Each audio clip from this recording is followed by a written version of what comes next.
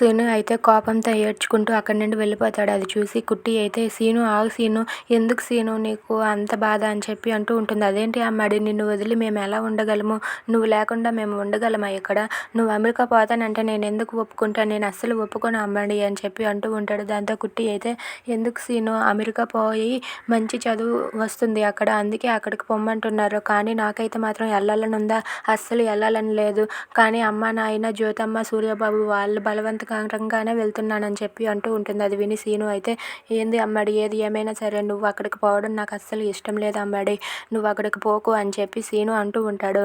ఇంతలో అక్కడికి సింహాద్రి వచ్చి "నువ్వెవర్రా నా బిడ్డని పోకుండా ఉండమనడానికి" అని చెప్పి సీనుని సింహాద్రి అంటూ ఉంటాడు. "తల్లిదండ్రులం మేమే ఒప్పుకున్నాము, పెద్దలకి నాకు ఎలాంటి అభ్యంతరం లేదు.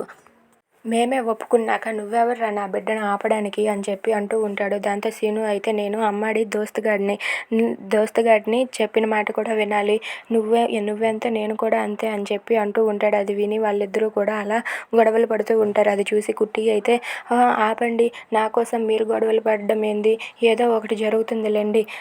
మీరు మాత్రం ఇలా గొడవలు పడడం నాకు అస్సలు ఇష్టం లేదు" అని చెప్పి కుట్టి వాళ్ళిద్దరిని గొడవలు పడకుండా ఆపేలా చేస్తుంది. Thanks for watching friends. Please subscribe our channel. Thank you.